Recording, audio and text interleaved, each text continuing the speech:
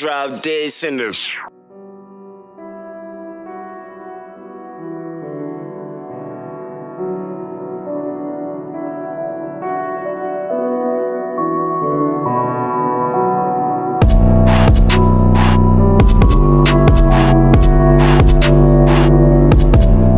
Yeah, welcome back to the Incredible Rockers Propaganda channel.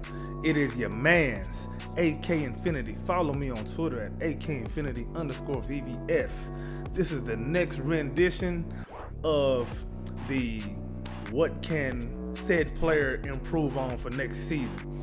And today, we're going to focus on Cam Whitmore. We're going to start off with the rookies. I want to start with Cam Whitmore. I know Min Thompson was drafted first, but I want to start with Cam Whitmore. He's very interesting to me, man. I think he's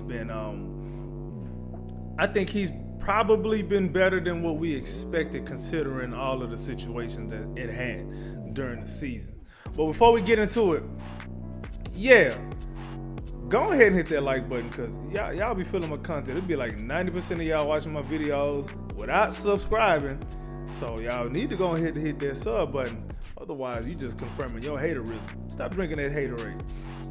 And leave a comment for me down below during the video, after the video, right now, cussing me out, whatever you feel like you gotta do. But let's get into it. Yeah, so Cam Whitmore, Summer League MVP, 7th in rookie scoring at 12 points per game, 4th in rookie three-pointers made per game, and he shot it at 36%, which is a lot better than I was even expecting as a rookie. Fun fact, I actually went to his Summer League game where we played the Warriors, and Cam tied the record for steals in the Summer League with 6 of them. And he was doing the damn thing on the other end too, because he was busting the Warriors. He was busting the Warriors' ass. He was doing his thing. But the 6 steals I thought was super impressive, given that, I mean, he wasn't really somebody who was, drafted for any type of defensive prowess at all. And I know it's getting steals, but steals is a defensive stat, so you don't like that, then whatever. You probably just living in Hatersville. But another thing I thought about Cam too this season was I felt like he was pretty coachable, man. One of the knocks on him, and one of the reasons why he got, I guess they say that he failed to 20, was because they thought he wasn't coachable or whatever. He looked pretty coachable to me, because in his position with the draft profile he had, he was, projected lottery pick. He didn't have to accept going to the G League and working on some of his flaws and all of that. He didn't have to do that. He really didn't. He could have been like, nah, coach, I'm good. Nah, Rafael Stone, I'm good. We're going to stay with the main roster. He wasn't no diva at all, like they were saying that he was. So make everybody that passed on him for whatever character reasons or health concerns, knee troubles, whatever, y'all was wrong. And y'all gonna figure out just how wrong y'all was. The older he gets and the better he gets. Just watch. And I can't wait to rub it in the rest of y'all faces. Another thing about Cam that I really enjoyed this season too was, as raw as he really is, he still was very productive. He was more productive than you would actually think for somebody. When you hear about a raw talent, you thinking they just gonna come in and just show flashes here and there, and then that's really it. Now, Cam looked like when you increase his minutes, like he was putting up numbers, like he was producing for real. He could shoot the rock, he could slash, he decent rebounder for a wing at 7.4 rebounds per 36 minutes. That's pretty good to me, man. I don't know about y'all. I don't know how y'all feeling, but I'm liking what he's done so far, given that he only played 47 games, because half the season he was with the G League, and he was also hurt for a little bit too.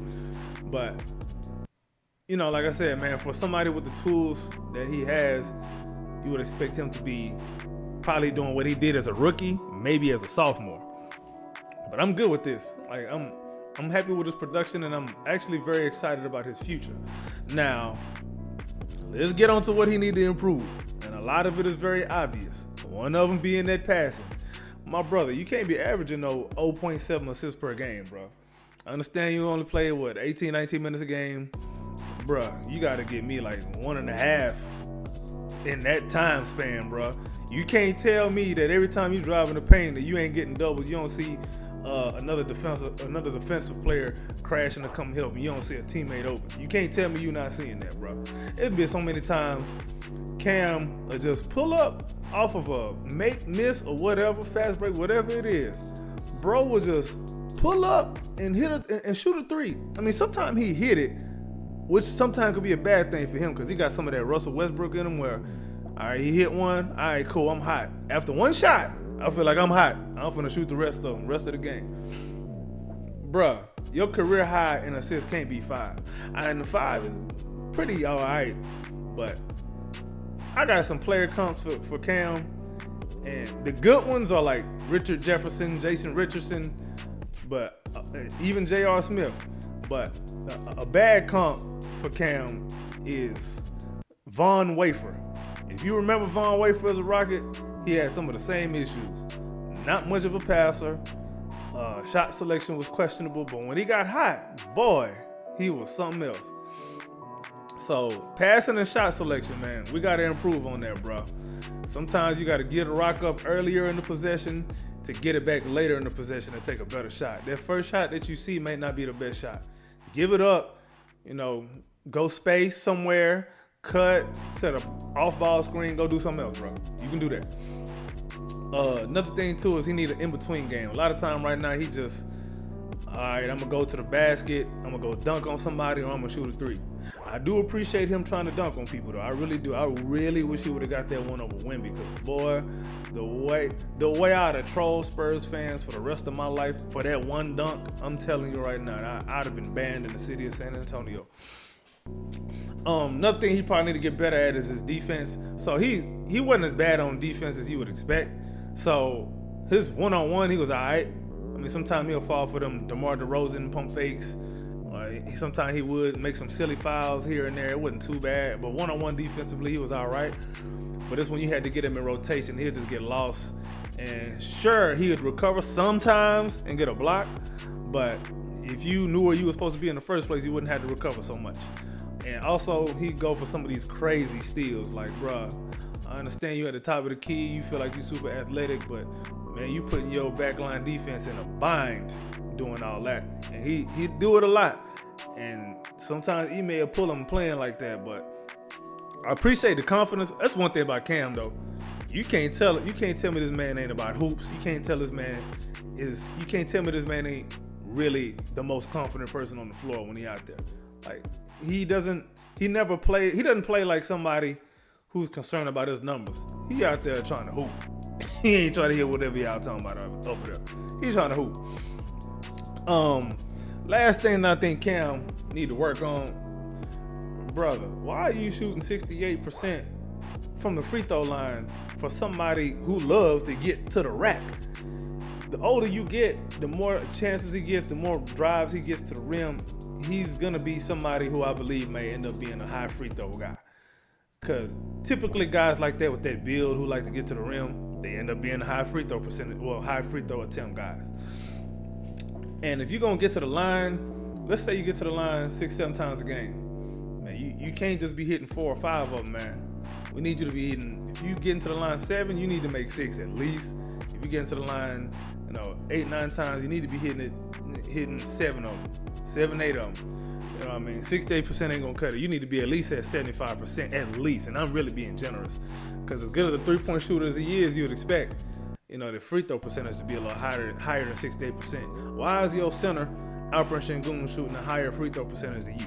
And you a wing. But anyway, that's really all I got on Cam right now. I appreciate Cam's willingness to be coached. Even his versatility sometimes too. You can see Coach throw him at the 2 sometimes. I even seen him at the 4 a couple of times, and he looked strong. Like if somebody tried to back him down in the paint, like I forgot who it was, man. Somebody tried to back him down in the paint and gave him 2 bumps, and he wasn't going nowhere. And they just passed that thing out. They're like, all right, this ain't worth it. I love that about Cam, man. Cam got a bright future. He got a hell of a career ahead of him, man. And I'm really excited to see where he's headed for next season. I'm excited to see what he come back with in his bag. Really excited to see what role he plays for us next season as well. Want to see how many of these holes that he plugs. And you know he in the lab already. The man's he a hoop head, man. Ball is life to him. The next video I'm gonna do a Mint Thompson. That's gonna be a really good one. Look out for that one. That should be dropping this weekend as well. Once again, this is the Rockets Propaganda Channel. I am your man's AK Infinity. Follow me on Twitter at AK_Infinity_VVS. Hit that like button, because if you're still with me at this point, you like the video. Hit that like button, leave a comment for me. Hit that sub button. This is the Rockets Propaganda Channel, and we out.